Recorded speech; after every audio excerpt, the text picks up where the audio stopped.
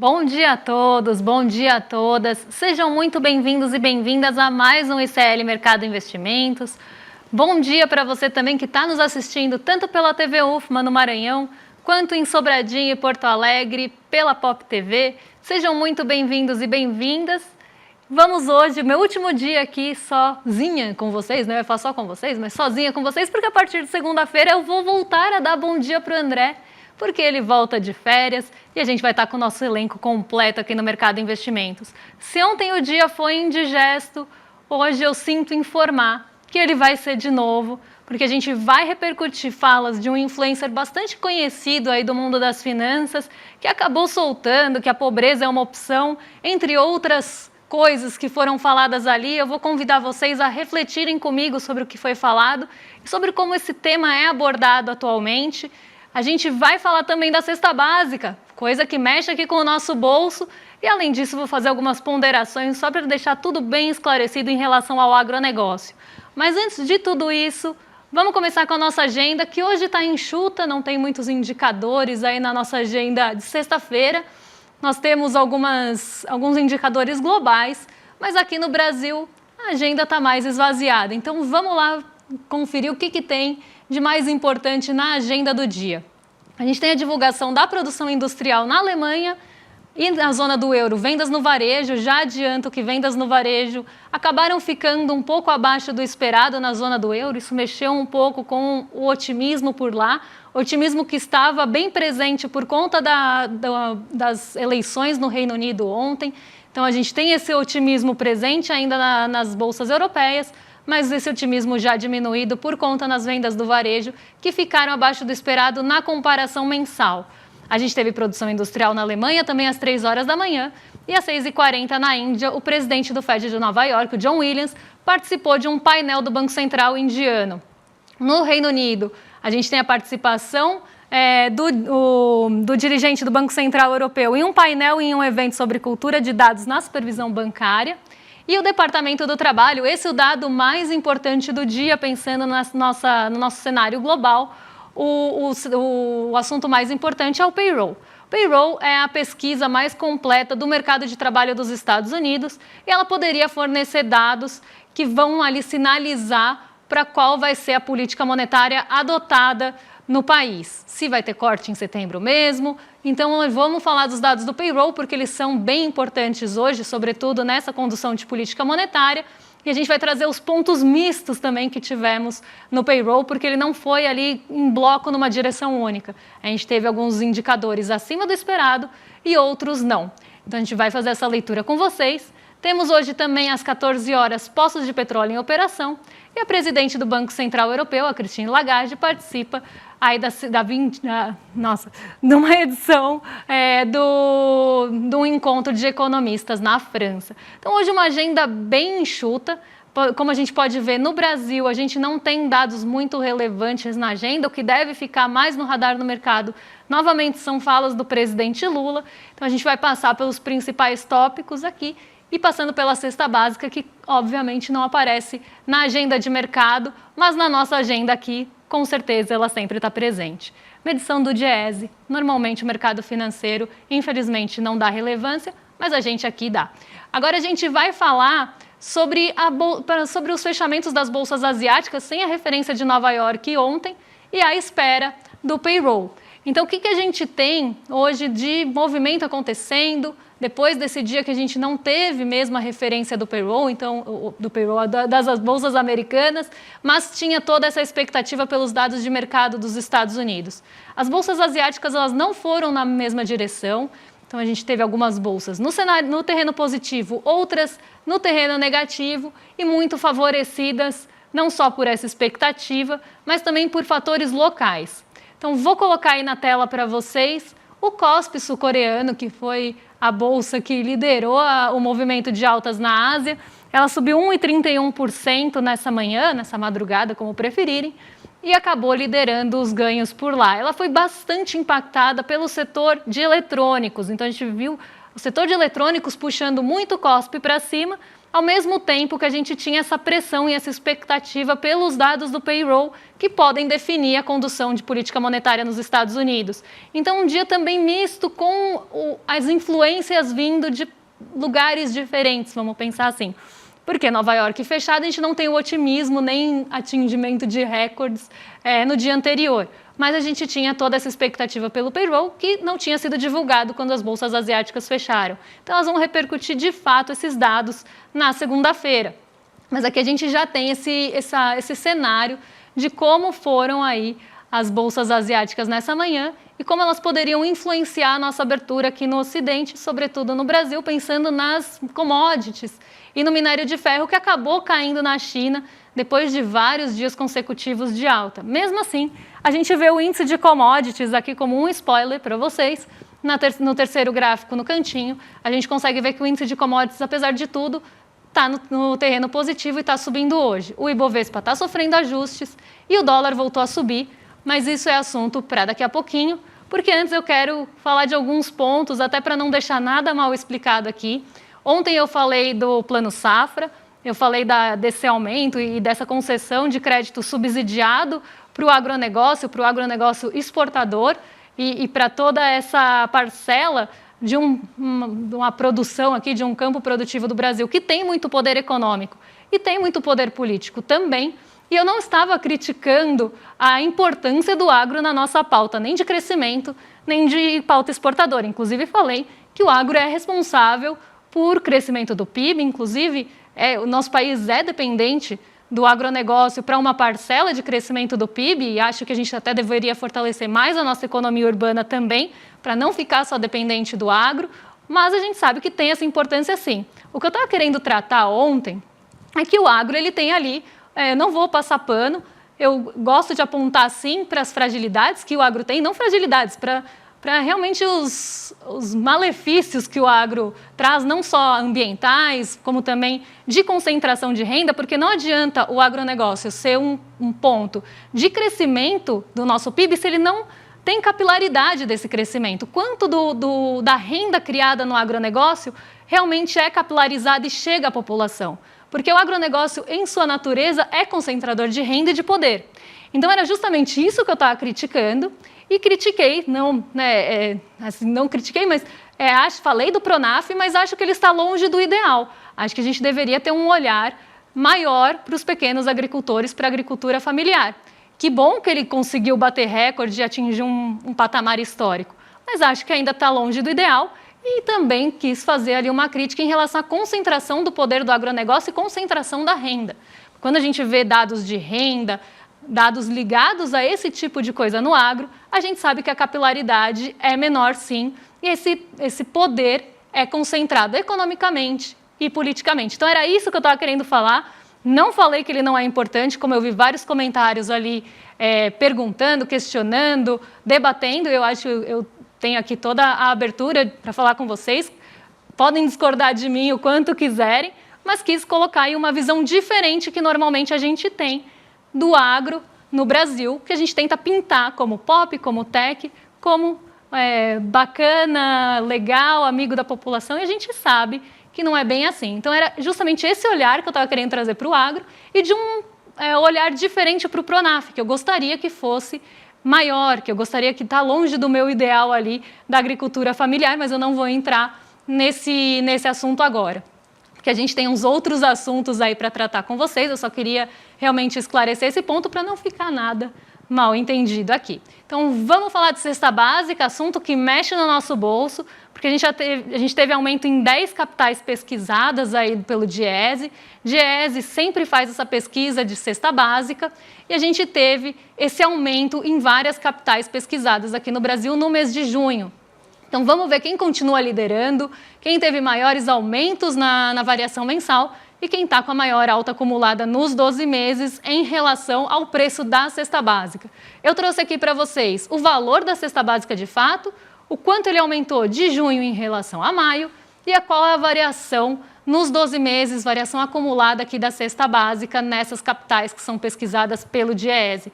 São Paulo continua aí na liderança da cesta básica mais cara do país, com um valor de R$ 832,69.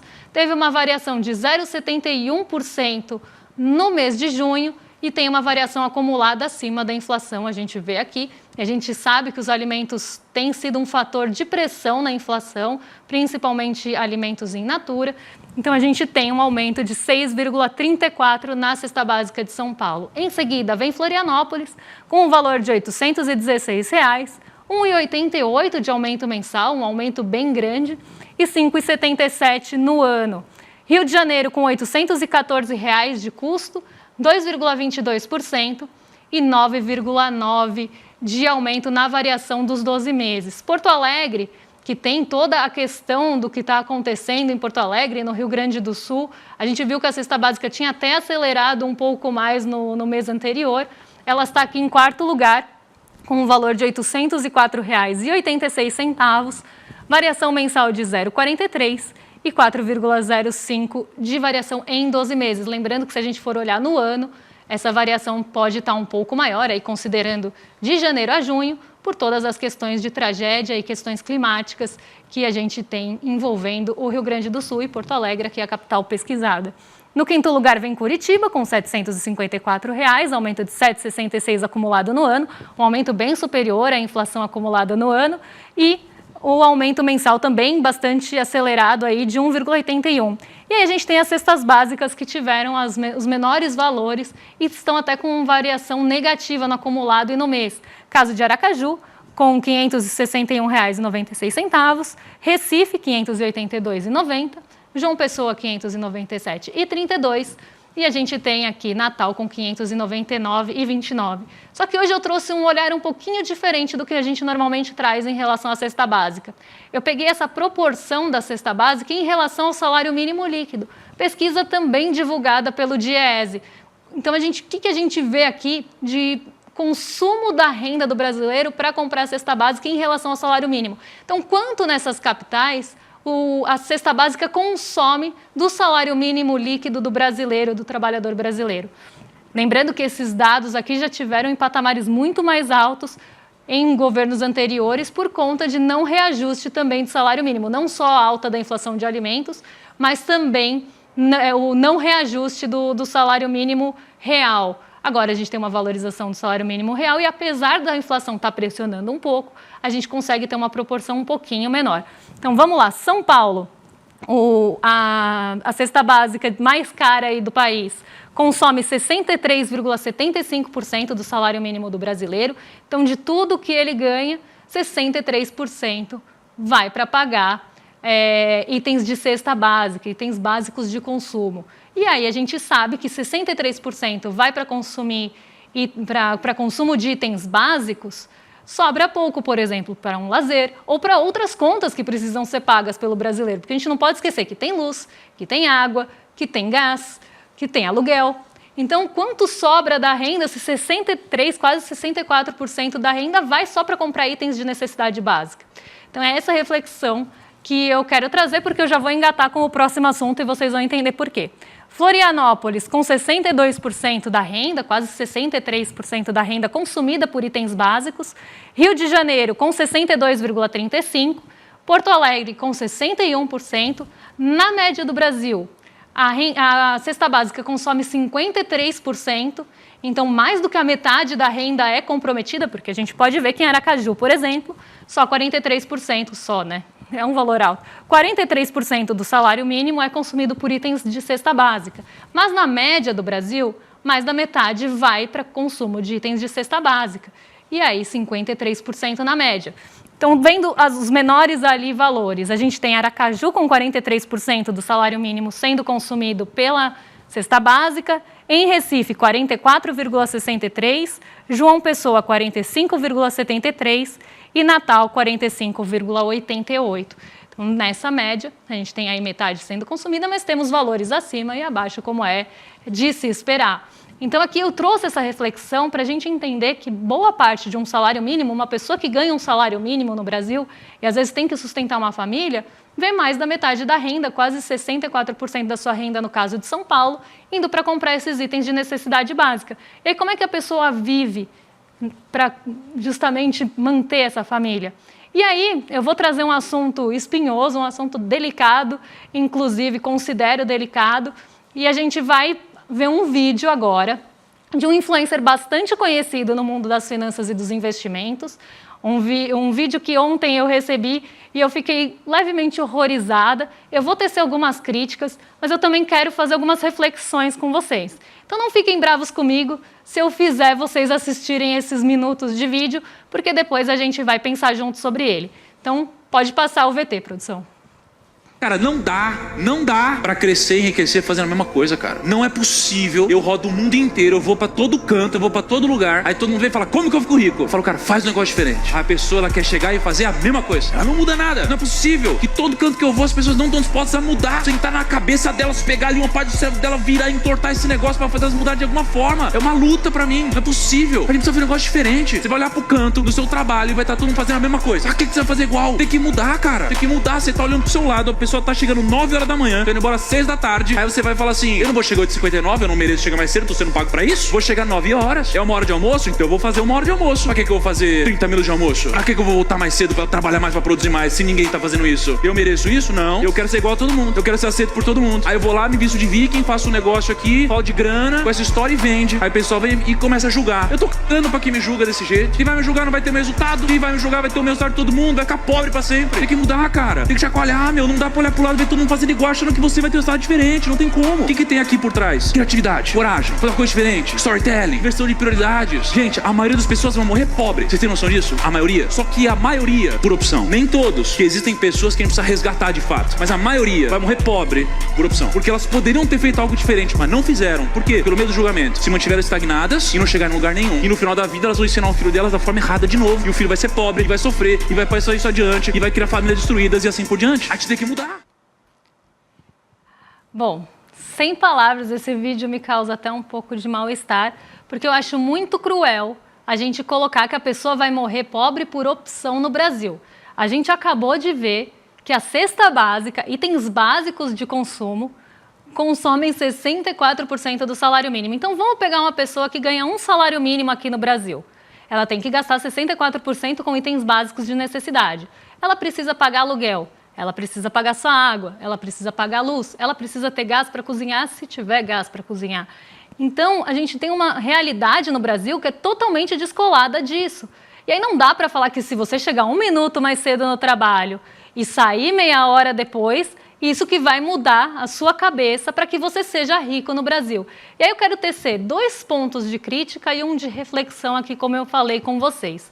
Primeiro, entreguem o Prêmio Nobel de Economia para essa pessoa que já decidiu, já resolveu o problema da pobreza mundial, já que é só chegar 1 minuto antes e sair meia hora depois. Eu estou brincando aqui, mas é para a gente pensar o que está por trás desse discurso. Porque fazer meia hora de almoço, chegar antes, sair depois, isso é um discurso bastante utilizado aqui no Brasil, até numa cultura, de tentar criar uma cultura de trabalho, que as pessoas, se não prosperarem, a culpa é toda delas. Então você está jogando no indivíduo a culpa de não prosperar. E isso cabe muito bem para um discurso neoliberal, porque se não der certo, a culpa é sua, que não foi capaz, que não se esforçou o suficiente. E a gente sabe que isso tem raízes até bastante profundas na história do capitalismo. Então, se você não trabalha o suficiente, você que não colheu os frutos do seu próprio trabalho. É só fazer diferente, gente. Não tem desigualdade. As pessoas não saem de patamares desiguais. Inclusive, se a gente for pensar em pessoas que têm que fazer evasão escolar porque precisam trabalhar. Então, as pessoas não saem de patamar. Primeiro ponto, a largada já não é justa.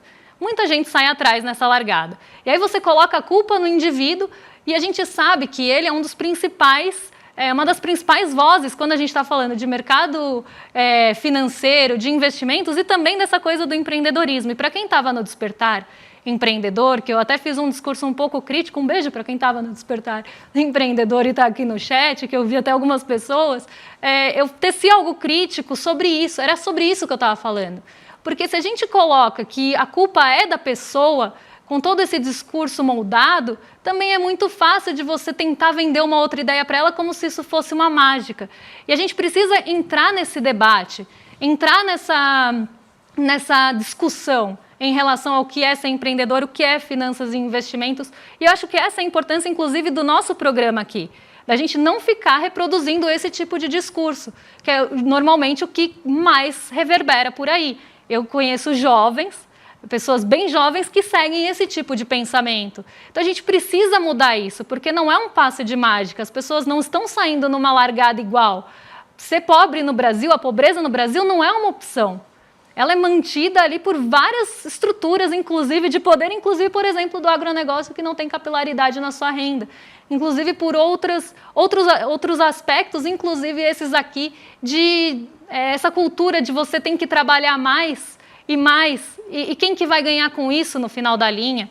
Então, eu quero realmente trazer essa reflexão de como o nosso programa é importante nesse assunto, porque muitas vezes no campo progressista a gente quer se distanciar disso. A economia não é para mim, investimento não é para mim, empreendedorismo também não é para mim, então vou me distanciar disso, mas não. A gente tem que se apropriar desse debate para conseguir debater com esse tipo de pensamento aqui, que hoje é majoritário e está cooptando todo mundo, porque parece realmente uma solução muito fácil. E aí falar que a pessoa não vai morrer pobre por opção, porque ela não trabalhou o suficiente, e esse mesmo influencer, ele também já tinha falado que não há pobreza no Brasil que resista a 12 horas de trabalho, ele está totalmente descolado da realidade brasileira. As pessoas no Brasil trabalham 12 horas, elas saem 5 horas da manhã das suas casas, passam o dia muitas vezes prestando serviço para outras pessoas, trabalhando ali, às vezes, se a gente for pensar, né, trabalhando inclusive para pessoas como ele, passam o dia inteiro fora de casa, chegam à noite, ainda tem que dar conta da jornada da casa, segunda jornada do dia, para ganhar um salário mínimo e ainda pagar água, luz e todas as contas e a cesta básica. Então, assim, é um descolamento da realidade absurdo. E aí, falar que a questão é que a pessoa não quer mudar, que oportunidade que ela tem também de mudar a sua realidade num país tão desigual quanto o Brasil, em questões de educação, de evasão escolar e todas as outras questões estruturais que a gente tem de machismo, de racismo no nosso país. Que condições as pessoas têm de mudar? E aí falar que chegar antes e sair depois é uma mudança de mindset, como para falar em inglês, para ficar mais bonito. E aí isso é uma mudança de mindset que vai mudar a vida da pessoa e a pessoa vai morrer pobre por opção. Desculpa, mas as meninas no bom xibom, xibom, bombom sabem mais da realidade brasileira do que esse influencer aqui, que fala que o rico fica cada vez mais rico, o pobre cada vez mais pobre, e o motivo a gente já conhece, o de cima sobe e o de baixo desce. Está mais colado na realidade do brasileiro do que esse influencer que tem uma voz enorme, um volume enorme de repercussão para falar justamente de investimentos, de finanças e desse discurso neoliberal do empreendedor, dono de si mesmo, que se não prosperar, a culpa é dele. Então, assim, eu quis trazer isso me deixa brava, eu estou nervosa de verdade aqui, porque realmente me causa esse mal-estar e eu queria trazer isso para vocês. Eu tive várias ressalvas pessoais minhas para trazer, mas eu passei por todas elas, porque eu não quero passar pano para ninguém, também não passo, como também não passei para o agro, e acho que a gente tem que debater, tem que falar de igual para igual com essas pessoas, porque senão elas vão tomar uma proporção e cada vez a gente vai perder mais território no progressismo em si para discutir esse tipo de coisa. E aí eu não estou puxando a sardinha para o meu lado, mas estou enfatizando também a importância aqui do mercado de investimentos para discutir mercado, para discutir investimentos, para discutir economia com um viés completamente diferente desse aqui. Então era isso. Agora a gente vai falar do payroll com os poucos minutos que temos aqui, porque ele tem tudo a ver com a abertura de mercado. O payroll é o relatório de mercado de trabalho dos Estados Unidos. Ele traz ali os principais pontos e principais dados da economia dos Estados Unidos, muito parecido com o nosso PNAD contínuo, era isso que eu queria dizer. Análogo é a PNAD contínua, claro, com metodologias diferentes, mas só para vocês entenderem o que é o relatório do payroll. É o relatório mais completo em relação ao mercado de trabalho dos Estados Unidos. E por lá, os agentes de mercado e as instituições e o próprio Fed, o Banco Central dos Estados Unidos, eles estão todos preocupados com o ritmo de atividade da economia do país norte-americano. Então, se a economia dos Estados Unidos está aquecida, isso é um problema porque dificultaria o controle da inflação do país. E um dos pontos que eles querem dar uma estrangulada é justamente no mercado de trabalho, e eu sempre falo isso com muito pesar. No mês passado, o payroll, que mostra o relatório de empregos não agrícola, que mostra ali quantas vagas foram criadas no setor não agrícola do país, ficou muito acima da projeção. Nesse mês ficou acima também, mas mostrando uma desaceleração em relação ao mês passado e em relação a patamares anteriores, exceto outubro ali, que veio bem abaixo da projeção e veio bem fora do comportamento acompanhado aqui. E aí a gente vê que, por mais que tenha ficado levemente acima do esperado, o payroll ele foi, de uma certa forma, bem recebido, porque ele não ficou tão acima do projetado, como tinha ficado em outros meses, e mostrou uma certa desaceleração, trazendo ali o comportamento que o Banco Central dos Estados Unidos e o mercado, de uma forma geral, esperam, aqui com muito pesar eu falo de novo, do comportamento do mercado de trabalho, que ele desaqueça. Então, querem menos criação de vagas no país, querem que o desemprego aumente, que a renda caia. E aí eu trouxe outros dados para vocês entenderem justamente essa relação de dados mistos do payroll, que parte ficaram acima do esperado e parte não. Então, aqui na linha do meio, a gente está vendo o anterior, que foi 218 mil vagas criadas, a projeção era de 191, e a criação, de fato, foi 206 mil vagas. Então, aqui é o gráfico que a gente acabou de ver. Lá nos Estados Unidos, o ganho é medido por médio por hora trabalhada. O atual é 0,30%, a projeção era de 0,30% no ganho médio, um aumento ali de renda só de 0,30% de um mês para o outro, e o anterior tinha sido de 0,40%. Então, a gente também vê desaceleração nesses dados do payroll. E o desemprego ficou acima do esperado e acima do mês passado. O que isso está mostrando para a gente? O mercado, agentes ali ouvidos para essa pesquisa de projeção, esperavam que a gente tivesse uma alta de 4%, um desemprego de 4%, o desemprego ficou um pouco maior, ali um pouco maior, ficou com 0,10% a mais do projetado, o payroll ficou acima do projetado, mas com desaceleração da renda. Então, de certa forma, esses dados reforçaram os dados que vieram antes do 4 de julho, que foram aqueles dados que já mostraram um desaquecimento, uma desaceleração da economia dos Estados Unidos. E isso acaba dando fôlego para as treasuries caírem, para os títulos de dívida dos Estados Unidos caírem, e hoje eles realmente estão em queda, como vocês vão ver na próxima tela, que já é o meu giro de mercado. Então, hoje a gente vai fazer o giro de mercado um pouco mais completo, porque nos outros dias a gente ficou um pouco sem tempo. Então, vamos lá. As treasuries dos Estados Unidos, na volta do feriado, então, depois do 4 de julho, depois dos mercados estarem fechados, estão refletindo tanto os dados do dia anterior do feriado, então do dia 3 de julho, que não deu tempo do mercado de renda fixa, ou mercado de títulos de dívida dos Estados Unidos, refletirem completamente, porque os dados saíram ao longo do dia, e junto a isso tem o payroll também fazendo aqui esse movimento. Então, a gente tem uma queda de 1,16% no rendimento das treasuries, dos títulos de dívida com vencimento de 10 anos para os Estados Unidos. E esse dado é muito importante porque ele mostra ali as expectativas para as taxas de juros do país e também acabam reforçando aquela ideia de que o primeiro corte venha em setembro. As nossas taxas de juros futuras aqui, que é o DI Futuro 2032, hoje estão estáveis, estão oscilando bem perto do 0 a 0, também na espera de falas do presidente Lula. O mercado tem dado um peso bem grande para isso, sobretudo na questão fiscal, que também a gente já sabe que é um peso desproporcional. A gente tem esse comportamento das nossas taxas de juros domésticas perto da estabilidade. Lembrando que a gente teve arrefecimento dessas curvas nos últimos 2 dias. Então, os nossos títulos de dívida de renda fixa, as expectativas, negociações de expectativas para os juros futuros estão ali fechando a curva, que a gente chama. Então, estão caindo, arrefecendo, as expectativas estão ficando menores ao longo de todos os vértices de vencimento que a gente tem. E isso faz com que a curva achate, feche e fique ali em patamares menores, o que estimularia o apetite pelo risco. Só que hoje a gente não conta nem com o apoio do petróleo Brent, que cai 0,21%, nem com o apoio do minério de ferro em Dalian na China, que também caiu na madrugada, como eu falei. Então, a gente tem um dia não tão forte para as commodities.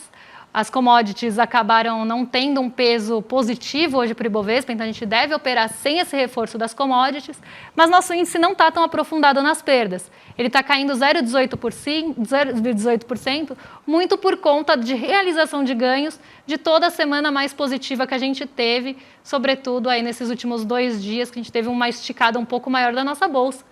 Hoje acontece essa realização de ganhos, que seria a venda desses ativos para realizar lucro no curto prazo, que é o que o mercado normalmente busca. Isso faz com que o dólar suba também, mesmo em um dia de queda nas treasuries, porque a gente não tem o apoio das commodities também para dar uma segurada no dólar, e ontem ele caiu bastante. Ele fechou a 5,49 com uma queda acima de 1% em um dia sem referência dos Estados Unidos na negociação de dólar, o que é algo que mostra que foi realmente um fator local. E foi essa recepção positiva do mercado, obviamente, não esperava diferente, do anúncio de corte de gastos do governo federal, e essa estruturação, de fato, do corte de gastos está sendo feita. É algo que o mercado já queria, então eles conseguiram pressionar bastante ali para que isso acontecesse, e agora eles estão devolvendo todos os ganhos também que tiveram com essa alta enorme que a gente teve, principalmente do dólar e das curvas de juros futuras aí nos últimos dias. S&P e Nasdaq operam no terreno positivo, Nasdaq até num patamar mais alto de avanço aqui, porque responde mais diretamente a juros. O setor de tecnologia é um setor sensível ao movimento de juros nos Estados Unidos. Se a gente tem queda ali nas negociações de juros futuros, isso traz um apetite maior, traz ali um avanço maior para bolsas de tecnologia que são dependentes de capital de terceiro e acabam respondendo mais ao movimento das treasuries. Então, hoje o nosso cenário é esse, muito de realização de ganhos aqui no Brasil, treasuries em queda nos Estados Unidos e sem apoio das commodities. E eu quero dar um recado para vocês antes de passar para o rolê, porque hoje é o último dia para vocês, na verdade não é o último dia, mas o último dia da semana que a gente vai falar sobre isso, para inscrever no webinário que a gente vai ter no domingo, no dia 7, iclmercado.com.br, está aqui embaixo. Não deixem de se inscrever, essa aula aberta vai ser incrível para vocês, um tema super importante, um tema super atual, que a gente tem que discutir, que é o uso das redes sociais, essa prisão que a gente tem no nosso telefone celular e redes de uma forma geral, e como isso é estimulado, como isso rouba nosso tempo. E não é, como eu falei, não é com qualquer um, é com Adam Alter, eleito o melhor professor da New York University e um dos 40 melhores do mundo. Então não dá para perder, se inscrevam aqui. E agora eu passo para o rolê ICL, hoje com convidados especiais, acredito, porque tem César Calejão e Roberta Garcia. Eu fico no automático aqui falando Guga Noblar e o William De Luca, mas hoje eu sabia que o rolê ia ser bem diferente, com Roberta Garcia e César Calejão na condução do rolê. Rolezeiros, vocês estão em mais do que excelente companhia. Segunda-feira a gente está de volta com o nosso elenco completo aqui. Um beijão e até lá! Faltam só 2 dias para a nossa aula Apocalipse Tecnológico. Uma aula que vai ser dada por um dos maiores professores do mundo, Adam Alter, eleito o melhor professor da New York University, um dos 40 maiores professores de negócios do mundo e autor do livro Irresistible, que ficou como best-seller nos Estados Unidos por anos. Se você já está inscrito na aula, fica atento no seu e-mail, e lá que vão chegar as informações. A gente se vê domingo, dia 7, às 8 horas da noite.